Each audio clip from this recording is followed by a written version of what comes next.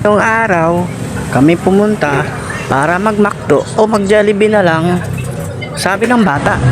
Yan, si Jollibee. Jollibee yung bata. Nag-Jollibee kami o kaya mag-McDo kasi may pera yung bata na binigay ng aming ninang sa kasal. Kaya thank you naman ninang. May pablo at pa sa bata. O, hindi naman yan makapag-Jollibee o makapag-McDo kung walang pera. O, di ba? Kaya naman, ayan na, nagtuturo. Ayaw niya sa Jollibee. Gusto naman niya sa McDo daw. Ay! Iwan na daw namin yung sasakyan at maglalakad kami. O, mauna ka na doon. Iniwan natin yun. Malayo. Mainit, binalikan namin. Ayan o. Nag-request, mag-ano na lang daw, McDo na lang daw, hindi na Jollibee. Tara, balikan natin.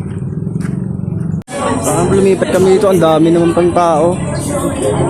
Ayan na. Lumipat kami sa galing sa Jollibee, dito naman ang daming tao.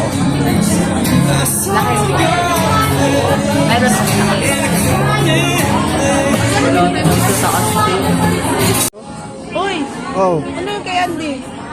price na lang. Order ka palang price ngayon, no? Hindi, may kinuha na ako na large price eh. Yan na lang. Wala, yun na lang, isa na lang. Hirap mo gano'n, ito mo. 400 na to. Oo, Okay na yun. okay na yan. Ubus ang pera nito, ayan. Oh, ubus na pera Ubus mo. ang pera. Wala yun. Nag-okay na ba? Ay, don't miss the day. Not today. Not today. Hirap naman, nakakabobo naman to.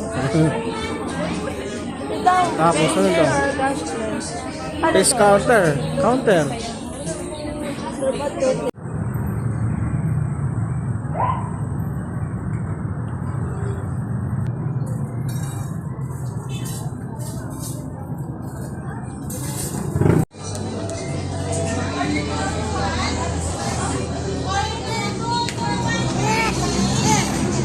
Na pera mo.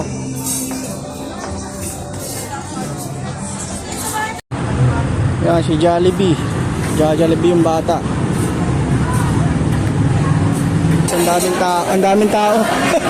Ang daming tao pala dito eh. Maluwag pala yung dito, yung Jollibee dito, no. Naman, tatapusin ko na ang video nito dahil tapos na ang pag-order nila. Bye-bye. Thank you for watching.